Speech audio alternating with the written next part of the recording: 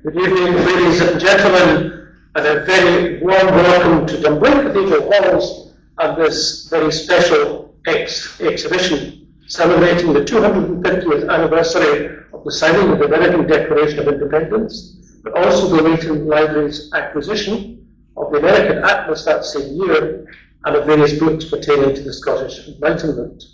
An era of intellectual brilliance that transformed thinking not only in Scotland, but throughout the United Kingdom and indeed the wider world.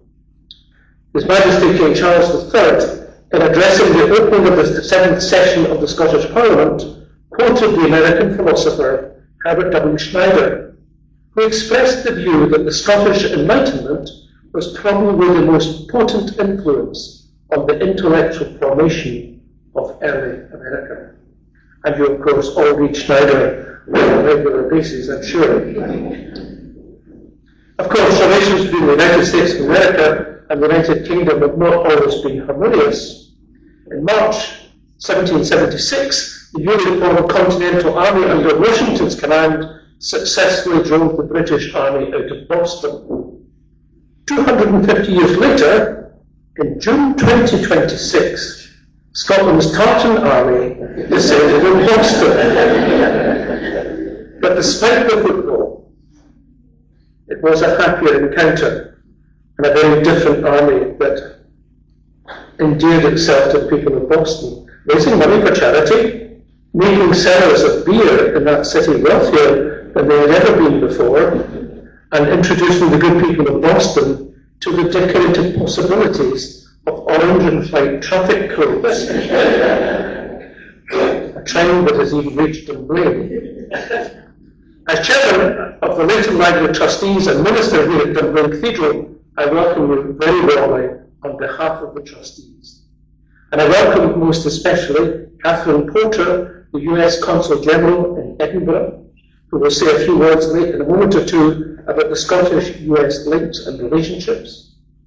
We welcome our patron, Lord George Robertson, who will demonstrate that much more than malt whisky is a good thing to come out of Ireland, and who will speak about General MacDougall, who also originated from Ireland and who was right-hand man of George Washington. And last but certainly not least, Dr. Josh Smith, one of the library's invaluable team of volunteers, who will speak on the link between the Scottish Enlightenment and the Leighton Library. And at this point also, on behalf of the Leighton Library Trustees, I would like to thank our sponsors, namely Aptia UK Pensions Administration and Consulting Services, a service that becomes even more relevant to me given the age I have now reached, represented today by Kirsty Weems and Louise Scott, both of whom we are very pleased indeed to welcome. Alan Steele Asset Management, personalised finance advice, whose generous financial sponsorship is covering both this opening event and the general running costs of the exhibition. And Kenneth Christie, the chair of the Hugh Fraser Foundation, which has donated very generously to the Leighton Library. We welcome him and his wife. We're also indebted to Highland Spring for the donation of water. And we also welcome Rosie Fraser, the Provost of Stirling. Okay, we hand it over to our speakers, and first I welcome the Consul General. You're very welcome to Dunblane. We do hope that during the rest of your term of office in Scotland you'll have time to travel a little bit more, but we do welcome you very warmly and look forward to hearing you. Thank you.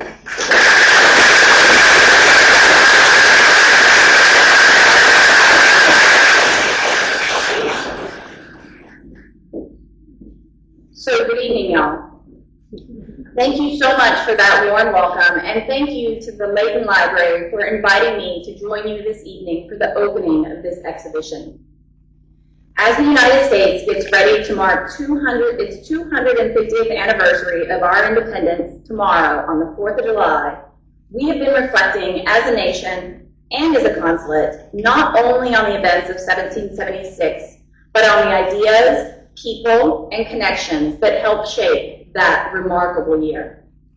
And that is why this exhibition is so compelling.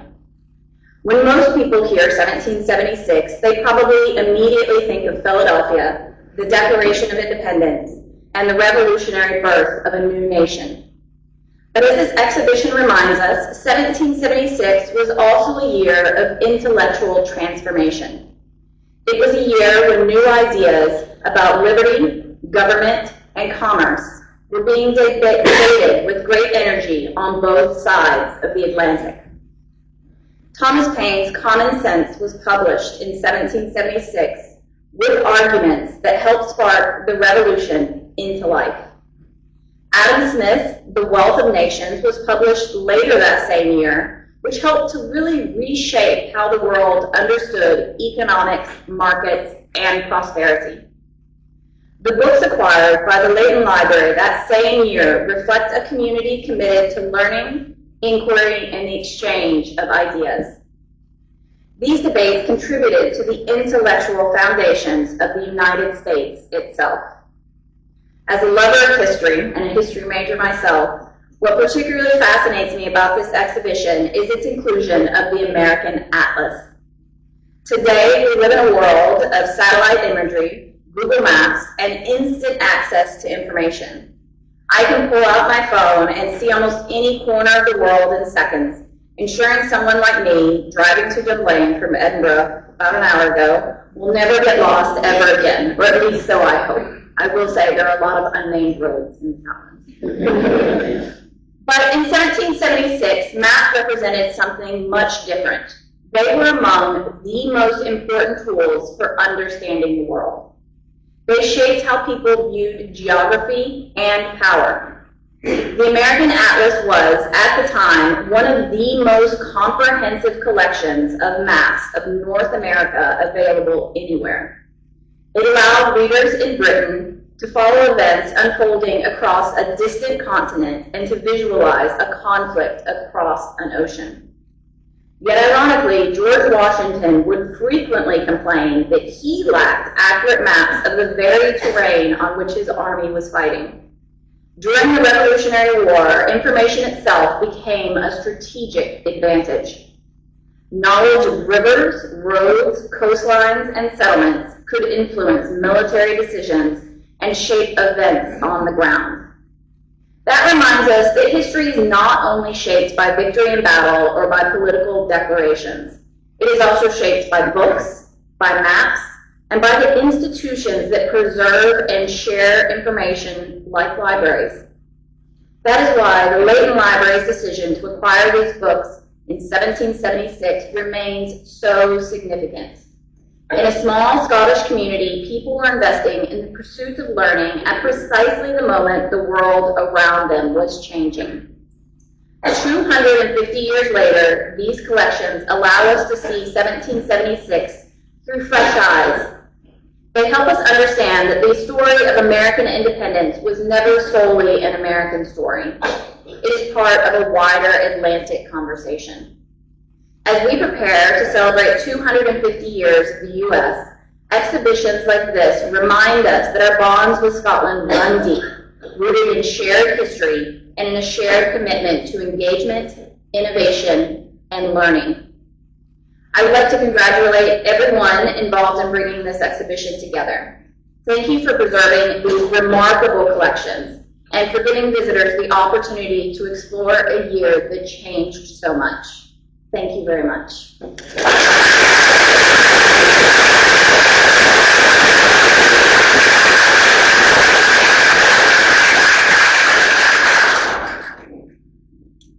Thank you for those very apt words. Although I have a different theory. Knowing the Dunblane people as I've come to know them, I suspect they bought the American Atlas to plan their holidays. Very pleased also to welcome the library's patron, Lord George Robertson, who is a resident of Dunblane, to address us. And I'm fascinated to find out what he thinks.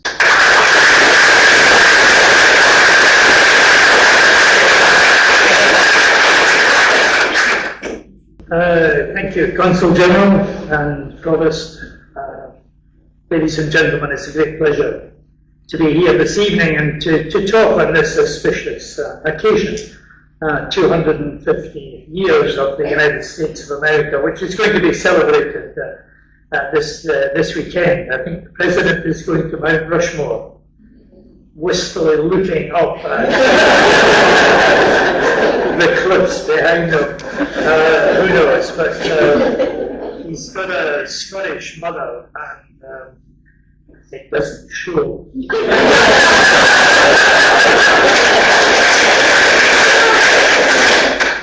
So, yeah, I've got 3 things in common with President Trump.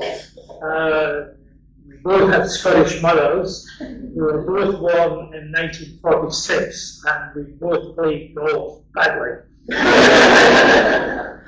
So I want to talk this evening about the role of the Scots in the War of Independence in 1776, around that time. And the Scots had a major impact on the revolution at that time. A number of key people were involved. James Wilson was born in Ceres near St Andrews, and he was elected to the Second Continental Congress in 1776. And he is one of only 6 men to sign both the Declaration of Independence and the US Constitutional Convention Constitution. Only 6 people did that. And he was to become, in 1789, one of the first justices on the Supreme Court, the US Supreme Court. Then there was John Witherspoon, who was born in 1723 and born in Gifford in East Lothian. Became the president of the Presbyterian College of New Jersey, which is now known as Princeton University. And he said of the Declaration of Independence, which he signed, "This country is not yet ripe for this measure, but is in danger of becoming rotten for the want of it." Then you've got Hugh Mercer, another famous Scot born at Sligo in Rosehampton near Aberdeen, a physician who fought for the Jacobites at Culloden, but escaped and went to the United States of America. He was a field commander, a brigadier general in the Continental Army, a field commander at the Battle of Princeton, and at the Battle of Princeton he was captured and mistaken for George Washington, and therefore bayoneted heavily by the British and left for dead. He died a few weeks later and is now seen as one of the first revolutionary martyrs of that time. So there were quite a number of famous Scots participating in the revolution at that time. And I want to talk about one in particular, General Alexander MacDougall, who came from near Port Ellen in the island of Ireland, where I was born, a village called Portmantruan.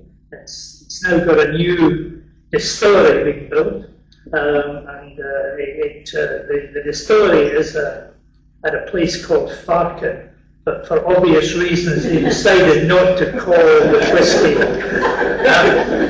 after the location, and therefore adopted Portmantruan as the name of the whiskey, which is exactly where General Alexander MacDougall was born. And they said, one history at the time said, Alexander MacDougall, a milkman's son who helped found a nation, blazed a trail across the American revolutionary scene like a meteor. So the first slide I've got shows the wall of the old chapel at West Point Military Academy. So West Point is now the premier educational establishment for the US Army, and as you can see at the top, it's General George Washington, the Commander-in-Chief of the Continental Army, and below him Major General Alexander MacDougall, who was clearly a major figure at that time. A boy from Iowa who in his 20s became I can show you another picture. It's the village of Port Ellen, and small village we'll come to in a minute. But a boy from Iowa, who in his 20s became the captain of 2 privateering warships, was afterwards a successful New York merchant, and when the revolutionary tide started to flow in New York, became a key agitator and a street leader who's provocative. He published a provocative essay, led to a jail term for libel, but turned him in the process into a hero in Britain's 13 American colonies.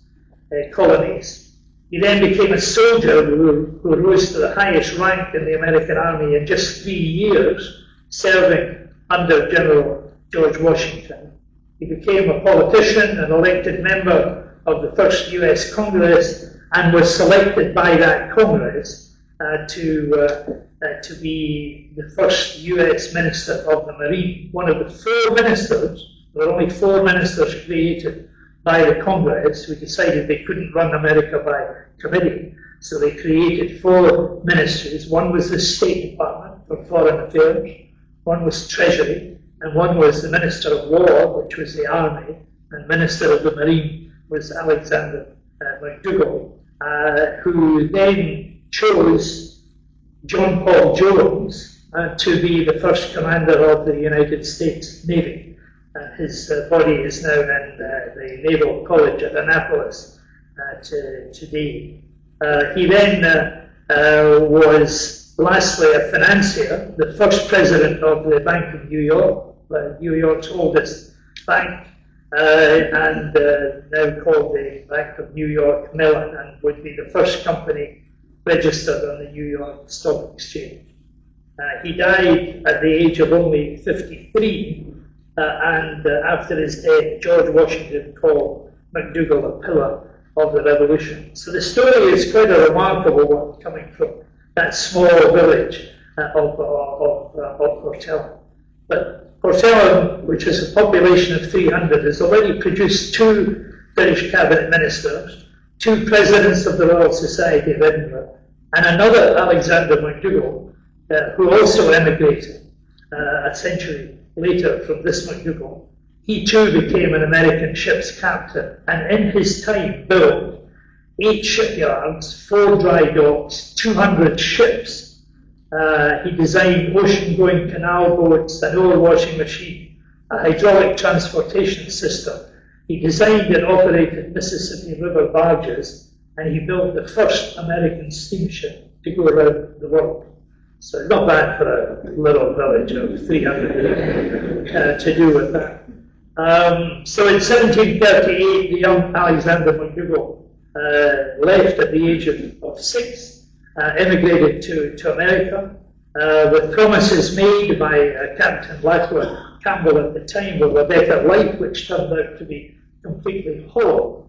But when he got to New York, he ran away to sea at the age of 14. Rough, difficult life at that time to be at sea.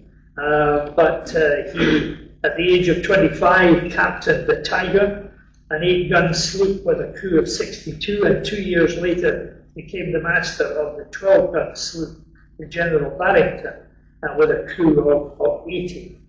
Ostensibly, there were British warships in the war with France, but they were actually used as an excuse for robbing anybody who got in their way.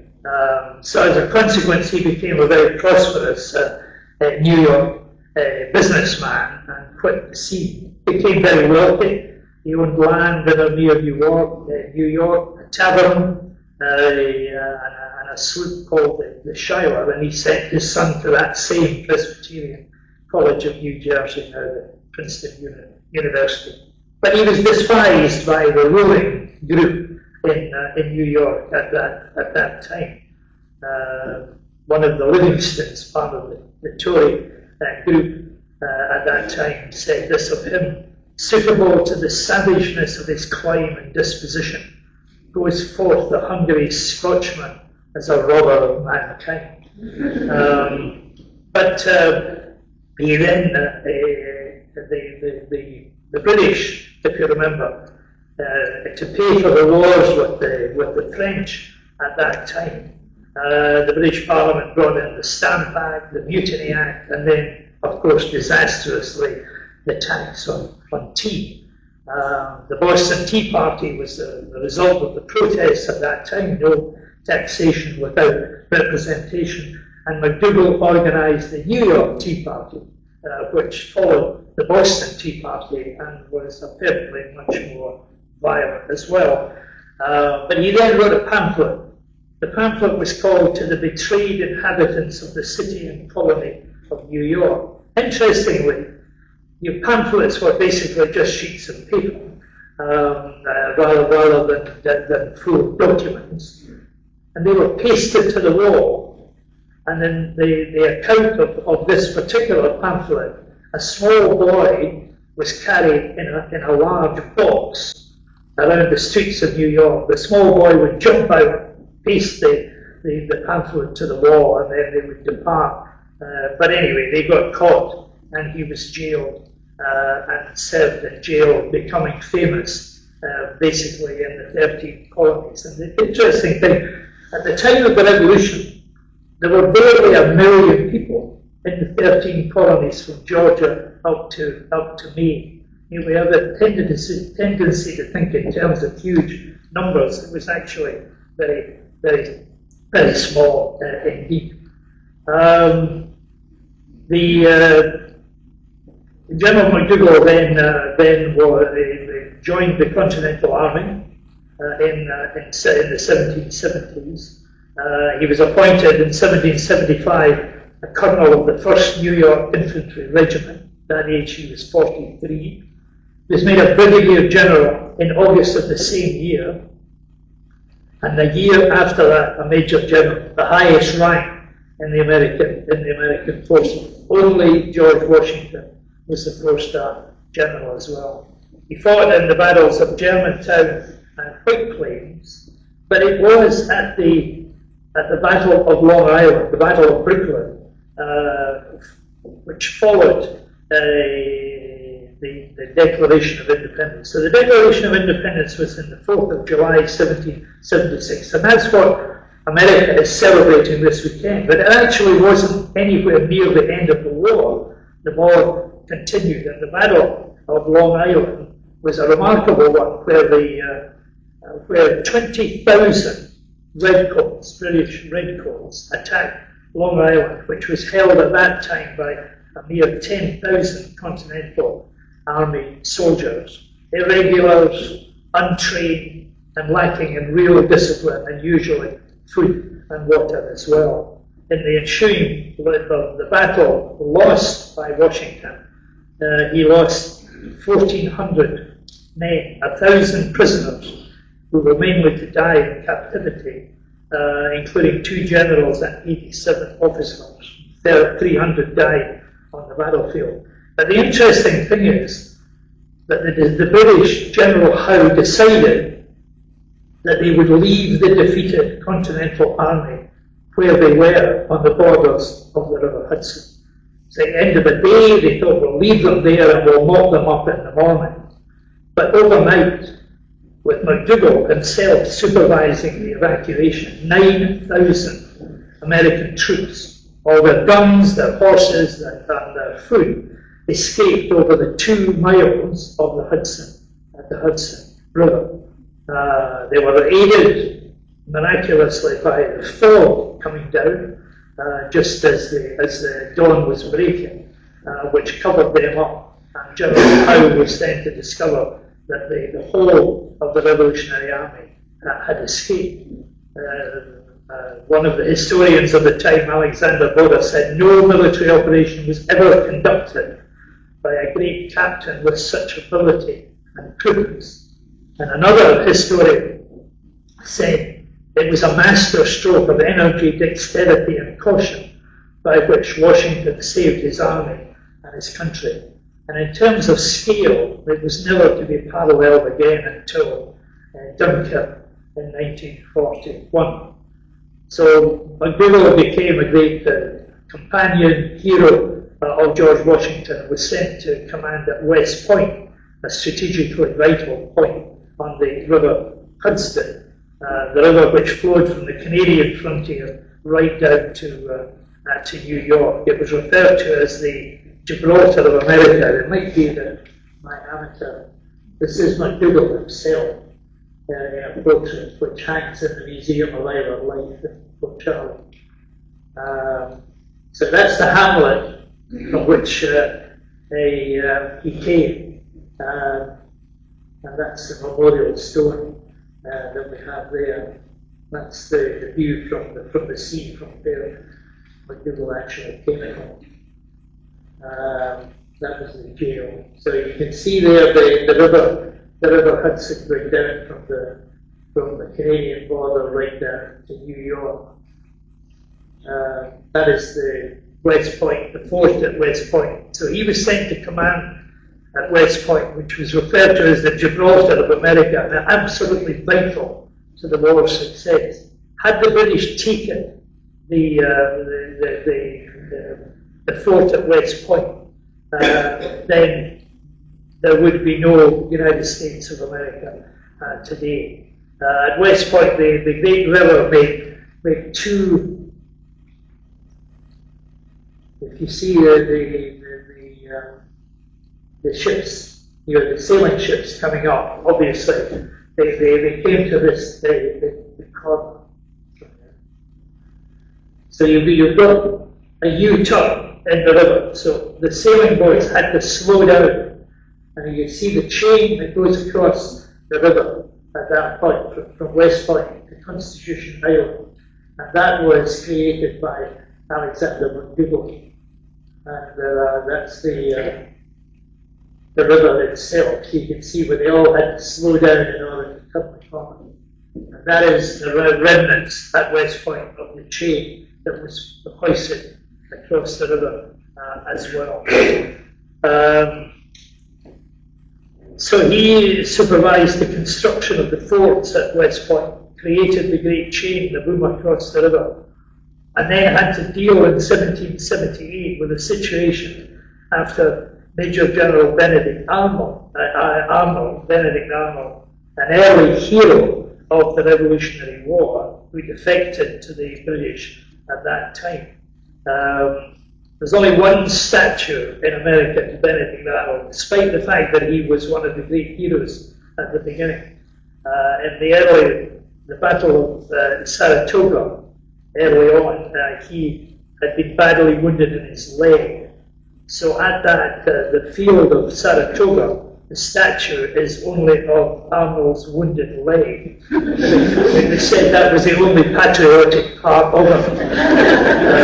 And his name, that famous plaque in the West Point Chapel, his name is chiseled out from there. There's a blank there as well. So the Revolutionary War was a war of attrition. Most of the citizens, most of those who were loyal to the crown, led a perfectly ordinary life. The war was being fought by these irregulars, and it was brutal for them. They were underfed, underclothed, alternatively too hot or too cold, and ill-paid, and extremely badly treated. So there was almost a mutiny in their eventual success when that came about. MacDougall was hugely popular with his men, and he took a drink or two, I think, unusually for a Scotsman, as you can imagine, as well. But the joy when the French chose to join the war was considerable as well. He said in the official biography of MacDougall, he says MacDougall was direct and outspoken, too talkative perhaps, an affable drinking companion who made as much fun of himself as others, and who regularly invited his junior officers to share his table. He then went on to serve in the Continental Congress as a delegate from New York from 1781 to 2, and then again from 1784 to 5. But in 1781, as I said before, the Congress decided it couldn't run the affairs of the new nation by committee, and it created these 4 departments of state. So he was elected as the first ever secretary of the Marine Department. He gave 2 conditions. One was that he be allowed to retain his major general's rank and salary as well. And secondly, that he should be allowed to continue fighting in the war. The Congress decided not to accept either of these conditions, and he therefore stood down, but only after he had appointed John Paul Jones, Admiral John Paul Jones, as the head of the US Navy, who came from Kirkcudbright in Galloway, and who went on afterwards to be an admiral in Catherine the Great's Russian Navy as well. He died in St. Petersburg, and his body was then repatriated to Annapolis, to the Naval Academy there as well. So Washington then took command at West Point. But West Point was so pivotal to the war that he took personal command there as well. But at that point there was almost a revolution among the troops who had been ill paid during the time, and with the Congress refusing to pay these troops. And MacDougall was nominated to lead the delegation along with Alexander Hamilton. Of course, now got a musical about Alexander Hamilton, making him more famous than MacDougall. But they went together to plead with the Congress to pay the back pay and treat the veterans with some justice. Ultimately, it was successful. At that point, he left for New York. The British finally left New York, the last toehold in the whole of the colonies, in 1783. He retired that year from the army and then entered the New York Senate. He was still in the Continental Congress till 1785. New York was a mess at that time, ravaged by the war. 40% of the houses in New York had been destroyed.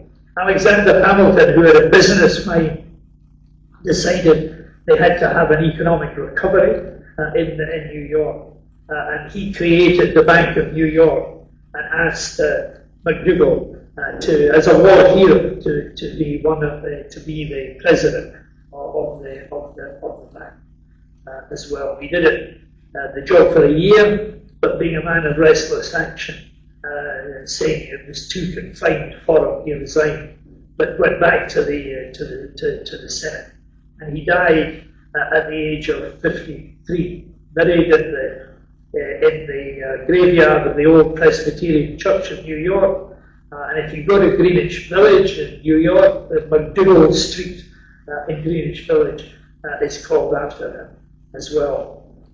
George Washington called him a pillar of the Revolution, and on the day of his massively attended funeral, the New York Gazetteer said this: "Of strong intellect, prudent and sagacious in council, of deliberate courage in the field, he had equal claims as a soldier and as a statesman.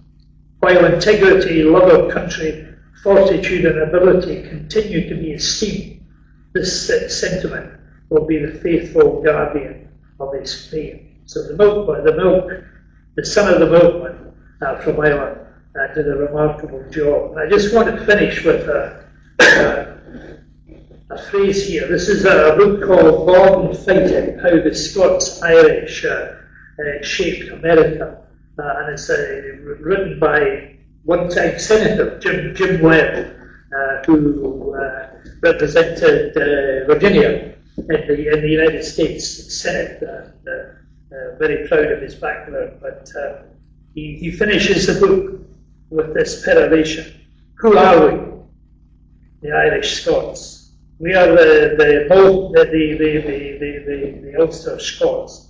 We are the molten core at the very centre of the unbridled, raw, rebellious spirit of America. We helped build this nation from the bottom up. We faced the world on our feet and not on our knees. We were born fighting, and if the cause is right, we will never retreat. That's the epitaph of the Irish, the Scots-Irish. And MacDougall, I think, was one who epitomises precisely that molten core of that fighting spirit that they had at that time. Thank you.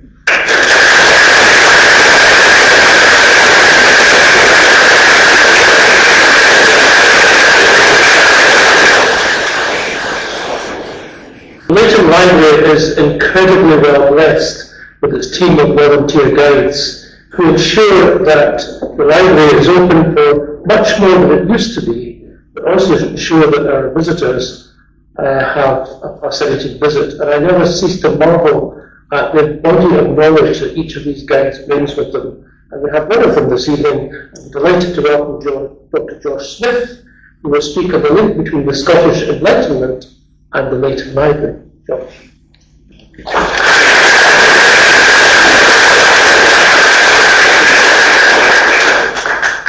Hello everyone. I won't be speaking very long. I just wanted to give some context to the exhibition, really. The American maps, which are displayed in the museum, and the 9 books that we picked to accompany these. They're in glass case in the museum and the library. So, as we've heard, today's event and this exhibition celebrates the year 1776 for 2 reasons.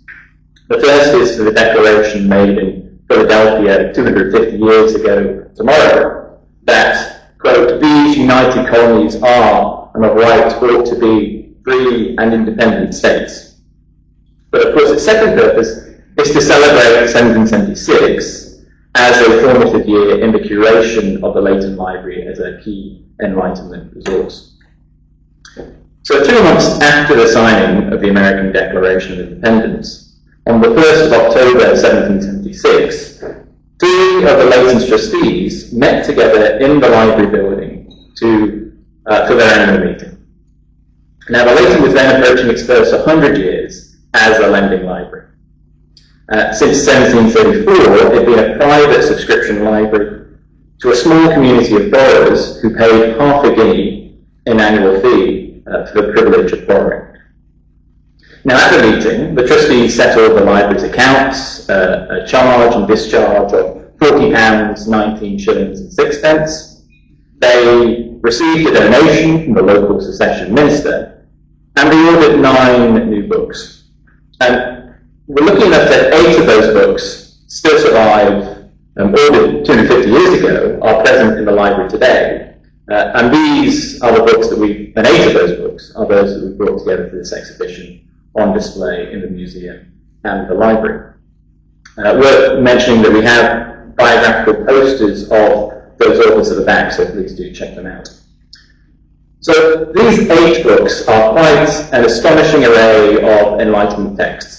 We have histories of Spain, America, and the Roman Empire by the leading historians of the age, Robert Watson, William Robertson, and Edward Gibbon. We have essays on genius and rhetoric by Alexander Gerard and George Campbell. We have an edition of the Roman poet Horace by Richard Hurd, and we have perhaps the most famous economic treatise ever written in Adam Smith's Wealth of Nations. What is remarkable is that 7 of those books were ordered in the year of their publication. Indeed, the works of Robertson and Watson were pre-ordered, and this is an exceptional rate of purchase for a small provincial library, and perhaps is one that should lead us to reassess our view of the Scottish Enlightenment as one that is shaped by the grandeur and institutions of Edinburgh. Now, amongst the books ordered in 1776 was the Annual Register, which is a compendium of the year's events. It went through the conduct of the war in America, the political development of the United States, and parliamentary affairs in London. Now, as you'll be able to see, this is displayed in the museum. The Register also reprinted the Declaration of Independence in full. It described this as, quote, the unhappy consequences of civil contention. Now, This kind of reading would not have been new to the Leighton's members, who would likely have kept abreast of events in America through other means. Nevertheless, the purchase of the American maps, which formed the centrepiece of this exhibition, ordered the year after in 1777 and purchased for £2.15, demonstrates the continued prominence of the American issue and is a reflection of its longevity as a crisis. As Lord Robertson said, it neither started nor ended on the 4th of July, encompassing a series of events which stretched from the petitions and protests in response to the Stamp Act in 1765 up until the eventual surrender of the British Army at Yorktown in 1781. Now, the final book showcased as part of this exhibition, Thomas Paine's pamphlets Common Sense, of course, as we've heard, celebrated its own anniversary earlier this year. Now, I think it's justly claimed to be the most important pamphlet in American history, because Paine succeeded in couching his call for American independence in accessible prose, and insisted that the issue was of universal importance. The cause of America is in great measure the cause of all mankind, Paine wrote. In America, the law is king. Though displayed alongside our other 1776 texts, Paine's pamphlet was not present in the library in the 18th century, and it's actually a 19th century donation by a local Free Church minister. So we cannot be certain what the motivations of the Leighton Trustees were at the October 1776 meeting. But the exceptional list of books demonstrates a deep knowledge of both the latest bibliographical trends and the Trustees' connections with agents in the Edinburgh and London book trades. Using these, and with careful management of the library, the Trustees cultivated the Leighton into a valuable Enlightenment resource for its community of paying subscribers. Of course, the Enlightenment in Scotland was both religious and institutional, a fact that is represented in the occupational backgrounds of our 1776 authors. 5 of 8 of these were church ministers. But it's also reflected in the culture and background of the Leighton Library itself. But it's also worth bearing in mind that this was not just a clerical reading community here. And readers of the Leighton's texts included doctors, lawyers, teachers, farmers, and merchants. Women too, such as Mrs. Compton, who borrowed Robert Watson's History of Philip II on the 24th of July, 1792. Or indeed, Lady Isabella Sinclair, who borrowed William Robertson's History of America on the 7th of September, 1809. So these later members benefited, as we do today, from the curatorial decisions made by those 3 Leighton trustees who met on the 1st of October, 1776. The books they ordered and the library they managed to create an intellectual community which was only on a smaller scale to Edinburgh, or the Appin to the north, located to the southeast. Thank you.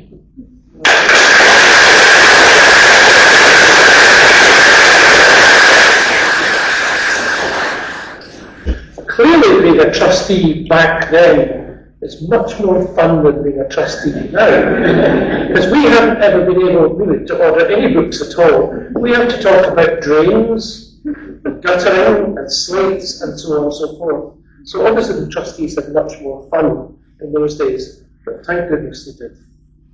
Thank you to all 3 speakers who brought the distinctive perspectives to this evening, all enlightening and helpful. And thank you also to those who have not only funded this event, but arranged it. We're grateful to the Cathedral Kirk Session. I spend my life being grateful to the Cathedral Kirk Session for the use of the premises tonight. And we're also grateful to those from the museum who've accommodated this exhibition and supported us in so many ways. Can I say a personal thank you too to the Leighton Library Executive, who do so much work, far more than the trustees, on a daily basis in ensuring that the library's work continues and that its restoration continues. And we're very grateful indeed to all of them. I know Celia Aitken in particular has put a vast amount of work into this evening's exhibition event and the exhibition. So thank you to all of the Leighton Library Executive on behalf of the trustees. You can now have refreshments, and I invite you to look at the material at the back, and dare I say, enlighten your wallets a little bit. I'm quite shameless when putting out an appeal on the behalf of the Leighton Library, but do commend the merchandise and the raffle, the exhibition, and the refreshments to you all. And thank you all very much indeed for coming. A very encouraging audience to have, and makes the event so well worthwhile. So thank you very much.